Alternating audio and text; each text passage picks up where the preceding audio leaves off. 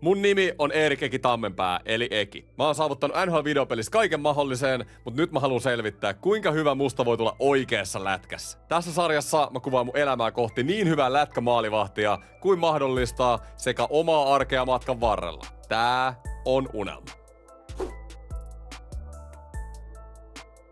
Tervetuloa Unelmasarjan ekaan jaksoon. Ja joo, niin kuin introsta kuulitte, niin onhan tää nyt ihan älytön idea. Hei, 26-vuotiaana laittaa Allin lätkää ja katsotaan mihin riittää. Eihän tässä ole mitään järkeä. Mutta hei, sä elät vaan kerran ja tätä mä haluun tehdä. Mä sain idean tähän sarjaan ekaa kertaa viime vuoden kesällä, eli 2025. Ja mä oon rehellisesti jänistänyt tämän sarjan aloittamisesta vaikka kuinka monta kertaa. Mun piti aloittaa tää jo syksyllä, sit mä mietin, että en mä kehtaa. Mut mitä pidemmälle tää sarja on pyörinyt mun päässä, mä en oo saanut sitä pois mun mielestä. Mä tos loppuvuodesta testasin paljon IRL-sisältöä, lätkäsisältöä, mä menin pelaa kolmosdivariin ja kaikki on tuntunut hyvältä, niin nyt testataan sitten. Mä sen verran tunnen itteeni, että mä tiedän, että mua harmittaa paljon enemmän, jos mä en yritä tätä sarjaa, tätä ideaa ollenkaan, kuin se, että mä epäonnistuisin tässä. Tässä ekassa jaksossa mä tuun kertoa teille, millainen sarja tää on, mitä te tuutte täsmälleen näkemään, ja kuka mä oon. Millainen tyyppi mä oon, millainen elämä mulla on ollut. Jos mä nyt rupean päivittäin jakaa mun elämää ja arkea, niin teillä pitää olla hyvä kuva siitä, millainen ihminen mä oon ja mitä mä oon niinku kokenut, että saatte realistisen kuvan tähän sarjaan. Videon lopuksi mä kerron teille myös vähän mun aikataulua ja suunnitelmia pelisisältöihin, koska ne nyt ei tietenkään ole häviämässä mihinkään. Mut käydään tää läpi lopuksi nyt. Mitä te tuutte näkemään tässä sarjassa? Te tuutte näkemään mun arkea kaikesta. Totta kai lätkä, semmonen treenaaminen, terveellinen elämäntapa tulee olemaan tämän sarjan pääpointti, mutta tässä sarjassa tulee myös olemaan jaksoja, mistä tuutte näkee ihan mun perusarkea, enemmän semmoista elämistä, asioiden kokemista. Niin, tää on vähän niinku vlogisarja itselle samalla. Tää on siis vlogia mun elämästä, jos tulee olemaan se yksi iso tavoite, eli niin hyvä lätkässä ja niin pitkälle kuin mahdollista. Tää sarja tulee alkuun ole kuukauden testi tammikuun ajan, eli 4 jaksoa. Mä haluan nähdä, miltä mulle tuntuu tämän sarjan laittaminen paperilta ite niinku mun arkeen. Miltä musta tuntuu kuvaa päivittäin mun elämää. Onks tää mulle liikaa?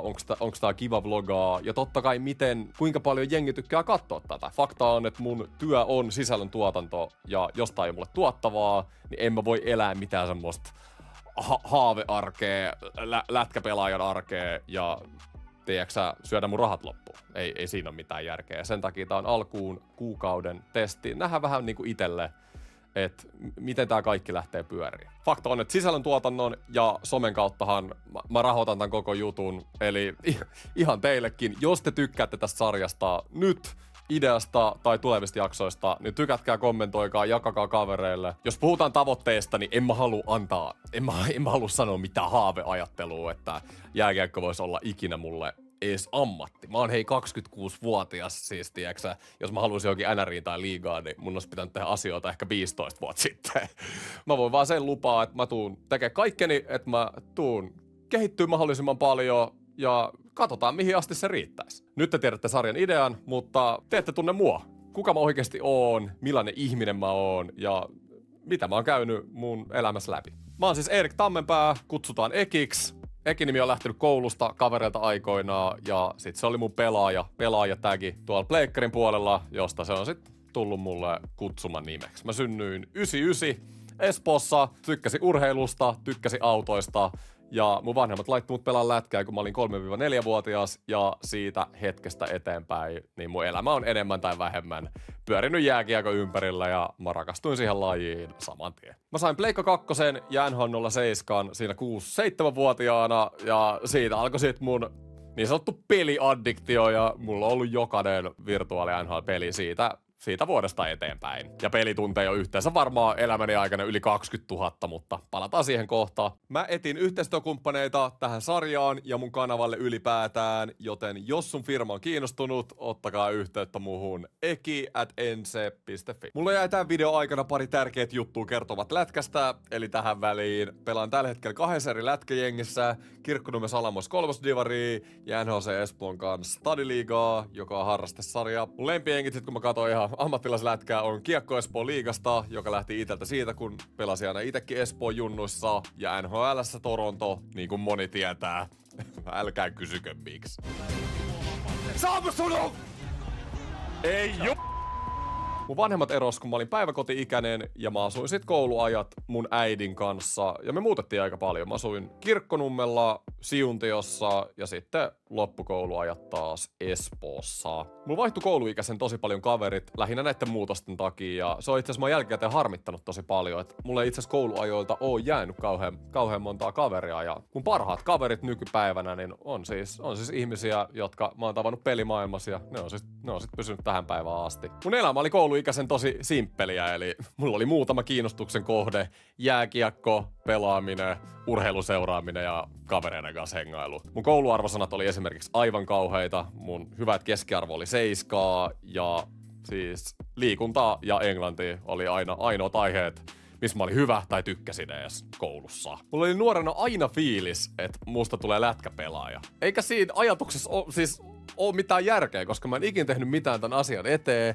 Mä en ikin pelannut edes niissä parhaissa joukkueissa, kun mä olin nuori. Mä vaan pelasin ja tykkäsin lajista. Siinä 15-16-vuotiaana peruskoulun lopussa niin mä rupesin olla itse asiassa ihan OK-veskari ja mulla olisi ollut mahdollisuuksia ainakin kokeilla vähän ylempänäkin, mutta just siinä vaiheessa niin mulla sitten loppui vähän niinku kiinnostus jääkiekon pelaamista kohtaan. Siitä oli tehnyt silloin koko elämän, siirtyi ammattikouluun, mistä tuli sitten tytöt ja bileet ja semmoset asiat elämään. Ne vei sit vähän fokusta ja mä sit höntsäilin loppuajat lätkässä, kunnes mä lopetin 18-vuotiaana. Pelaaminenkin jäi mulla vähemmälle tähän aikaan. Mä opiskelin siis ammattikoulussa media-assistentiksi ja kuka tietää, mitä mä tekisin tänä päivänä, ellei NHL olisi julkaissut silloin ensimmäisiä NRin MM-skaboja vuonna 2018. Se oli silloin mun toinen vuosi opiskeluja, mutta peruutetaan nyt vähän kauemmas. Mä olin siis aina tiesin, että mä olin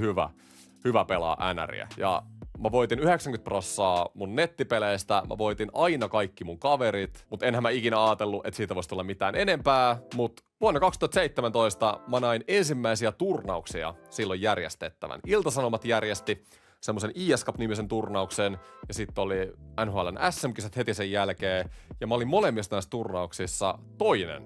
Ilman siis käytännössä minkäänlaista isompaa treeniä. Ja näistä turnauksista silloin, kun sai joitakin satasia pankkitilille, niin se oli silloin itselle tosi iso juttu amisikäisenä. Että hemmetti, tällä NRillähän voi tehdä fyrkkaakin. Ja tästä jos palataan vuoden 2018 alkuun, milloin NHL julkaisi nämä ekat MM-skabat, niin mä silloin tiesin, että mulla on mahdollisuus voittaa se koko turnaus, koska mulle kaikki kanssapelaajat sano, että Suomessa on maailman parhaat pelaajat. Mä olin kuitenkin suht huvikseni osallistunut turnauksiin, missä oli kaikki Suomen parhaat pelaajat mukana, ja mä pystyin haastaa ihan kenet vaan ilman mitään isompaa treeniä. Joten mä laitoin kaiken likoon tähän turnaukseen, josta pystyi voittaa $50,000. Mä lopetin koulun käynnin, mä rupesin vaan pelaa. Mä voitin lopulta se NHL 18 maailmanmestaruuden ja mä olin alusta asti silloin niin varma, että mä voitan sen turnauksen. Ja se tapahtui. Mä olin nuori, ajattelematon, mutta samaan aikaan niin helvetin määrätietoinen, että mulle ei käynyt siinä turnauksessa kuin yksi lopputulos. Siis mun elämässä oli rehellisesti vaikeampiakin asioita siihen aikaan käynnissä kuin se turnaus. Ja tästä alkoikin vähän niinku tää mun ura ja pari ekaa vuotta oli ihan super sekavaa aikaa. Samoihin aikoihin, kun nämä NR MM-skapat järjestettiin ekan kerran, niin mun äiti siis sairastui syöpään. Enkä mä sen seurauksena hirveästi juhlinut sitä koko mestaruutta tai oikein edes niinku siihen hetkeen niinku pysähtynyt miettimään, että mitä tuli tehtyä tai nauttinut siitä. Että siitä lähti mun ura NHL-videopelin parissa, josta alkoi se helvetin nätti työ, mitä mä edelleen teen tänä päivänä. Ja silloin 2018, niin se oli mulle niin kuin iso pelastus pois semmosesta. Niin, se oli mun mielelle pelastus siitä tilanteesta, missä mun perhe oli. Äiti oli. 2020 loppuvuodesta mun äiti sit kuoli pitkän taistelun jälkeen syöpään ja se oli itselle elämän pahin paikka, eikä sitä voi niinku millään tavalla, ei siihen voi millään tavalla varautua, kun sun oma äiti kuolee. Samoihin aikoihin mä erosin mun sen aikaisesta kihlatusta, jonka kanssa mä olin ollut yhdessä 4 vuotta ja tapasin mun nykyisen puolison Oonan ja se oli niin 2020 loppuvuosi oli itselle niin sekavaa aikaa henkisesti. Oli korona ja lockdownitkin silloin päällä,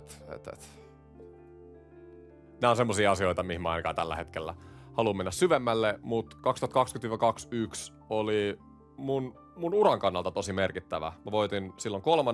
EM-mestaruuden NHL MM-kisoista ja eka vuosi kun E-liiga järjestettiin, mä voitin sen. Suomen isoin e-urheilutiimi ensi palkkas mut ja mun englanniksi tehdyillä YouTube-videoilla YouTube-tilillä sai silloin 20 000 seuraajaa täyteen. Ja tulonlähteitä tulee vähän muistakin paikoista kuin vaan siinä NHL-kilpailemisesta. Eli mun ura meni siis hyvää tahtia eteenpäin. Oonan kanssa asiat meni hyvään suuntaan ja 2021 mä ostin myös asunnon itselleni Helsingistä yksiön. Eli kaikki oli hyvin. Niin hyvin kuin siinä tilanteessa pystyi olla. Ennen kuin mä sit sairastuin 21 kesällä pahasti. Ja tää on asia, mistä mä en oo ennen halunnut julkisesti puhua ja tästä saisi ihan aiheen erilliselle videolle. Mutta mä siis sairastuin ekasta koronarokotteesta, mun keho reagoi siihen todella vahvasti. Ja viimeisimmän diagnoosin mukaan mun hermosto jäi semmoseen jatkuvaan ylivireystilaan, joka käytännössä meinaa sitä, että mun keho vähän niin kuin luuli koko aika, että mä oon kipeä, vaikka mä en oo. Ja tää nyt on pikkuhiljaa ajan kanssa mennyt parempaan ja parempaan suuntaan. Ja muuta hoitoa kuin aika tälle ei ole. Mä en siis 2 vuoteen pystynyt esimerkiksi urheilla. Mulla tuli semmosia ihan älyttömiä hengenahistus, rintakipukohtauksia, jos mä yritin liikkua liikaa. Ja mulla kesti siis 1,5 vuotta saada edes diagnoosi, että mikä mus oli vikana. Koska aina kun mä menin lääkäreille, niin kaikki testit, kaikki sydän oli ok, kaikki oli ok mussa. Paitsi mulla ei ollut itsellä semmonen fiilis. Siis tuntui, että keho meni rikki, mutta kukaan ei löytänyt musta mitään vikaa. Kunnes mä sain näistä asioista tietoa ja mä sain diagnoosin. Mutta joo, 2 vuotta ton sairastumisen jälkeen, niin mulla oli siis tosi vaikeeta. Mä tosi harvoin tykkäsin käydä ulkona, tehdä yhtään mitään. Kaveritkin kyseli multa, että vähän niinku, että mikä mua vaivaa. Ja olihan tätä kuvioa niinku tosi vaikea selittää kellekään, vaikka tietenkin parhaat kaverit ymmärs. Ja mulla on nyt tosiaan pikkuhiljaa ajan kanssa mennyt tää paremmaksi. Eli 2023 mä rupesin jo liikkuu vähän enemmän ja vuodesta 2024 mä oon jo ruvennut tai pystynyt elämään semmoista normaalia elämää. Ja vuonna 2024 mä aloitin sit lätkänkin uudestaan ja niinku nykypäivänä niin tää ei käytännössä vaikuta mun elämään, mutta semmosia pieniä muistutuksia niinku hermostolta tulee vielä, että kaikki ei ole vielä ihan 100%, mutta palataan tähän kohtaan. Mä halusin nyt vihdoin kertoa tämän, koska ensinnäkin jos kukaan muu on kokenut mitään samanlaista, niin mä voin kokemuksesta sanoa, että ainakin itellä ne oireet on helpottanut koko aika enemmän ja enemmän, vaikka se on helvetin pitkä prosessi ja tuntuu, että se paska ei ikinä lopu.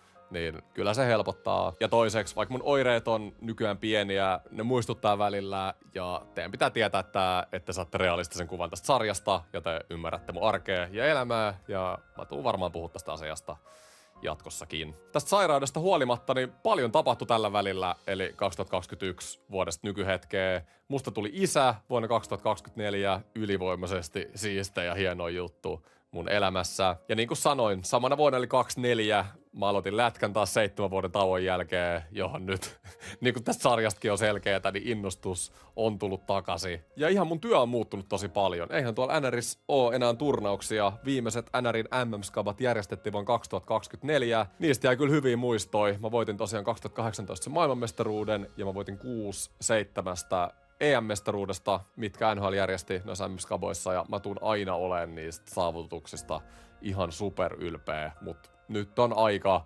jollekin uudelle. Mä siirryin tekemään suomeksi sisältöä 2 vuotta sitten, ja nyt noiden turnausten loputtua, niin mulla on ollut tavoite tehdä tästä sisällön luonnista mun ura, mun duuni, ja se on onnistunut tähän asti, mutta eihän se ole helppoa, koska NRi lätkäpelinä tosi pieni Suomi, pieni markkina. Musta tuntuu, että mä en enää sitä sisältöä pysty kauheasti pidemmälle viedä, ja mulla on jäänyt se kilpailuvietti tuolta NR-kilpailuajoilta, joten nyt on aika siirtää se energia oikean lätkän puolelle. Eiköhän teillä on nyt hyvä kuva musta ja mistä lähtökohdista tähän sarjaan lähdetään. Lopuksi käydään läpi mun aikataulu nyt seuraavan kuukauden aikana ja mitä tapahtuu mun pelisisällöllä. Nyt tämän saman kuukauden aikana, mitä mä kokeilen tätä unelmasarjaa tällä kanavalla. Kaikki mun pelisisältö siirtyy 100% liveihin. Eli silleen nyt mikään ei muutu. Samat franchise- ja Via Pro-sarjat tulee sinne joka viikko, maanantaina ja keskiviikkona